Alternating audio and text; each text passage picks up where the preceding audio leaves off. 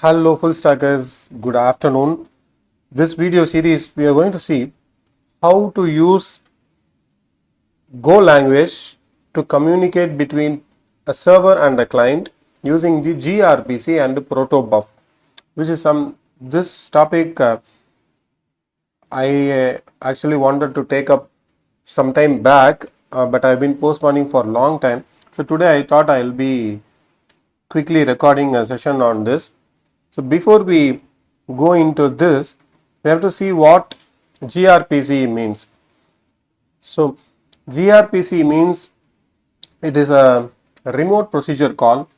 So people who have used EJB would have known that at the times of EJB, Enterprise Java Beans, we used to generate a client or a stub and a skeleton which used to communicate with each other transferring the data. So we can call the methods in the EJB. But after some time Spring came and everything was lost. Now again in around 2008 again one more concept of RPC from Flex, Adobe Flex came. So we can access the functions directly from the Adobe Flex file. So again that was also terminated in the late 20s. Adobe stopped supporting Flex. That is when the gRPC came in. So gRPC is RPC remote procedure call, you can see here. So this was initially developed by Google, and this uses an interface definition language.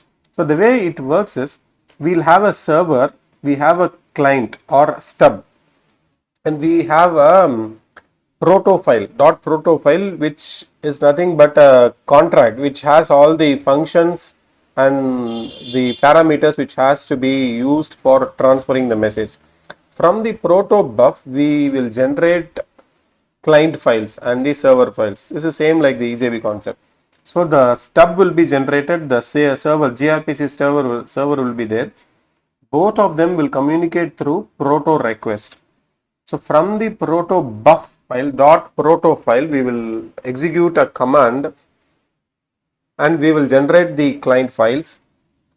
Once we have the files, we can communicate between the client and the server. So that is how this works behind the screen. So we can see that the proto file we are going to have like this. What is the message type and what are its data types, and then the service, what is the function name, this is the function we would be calling, and how it's going to return, what it's going to return. And here we have 4 types which we will be dealing it in a separate video. I don't want to overload everything here. For now, the proto file, we are going to generate the client, we are going to have a server, everything we are going to do in Go now, but you can do in any of the other languages which supports the gRPC or the protobuf. So once we have the server and the client, we are going to call from client to server, pass a message, server is going to respond, end of our project. So that is what we are going to achieve in this playlist. So let's continue in the next video.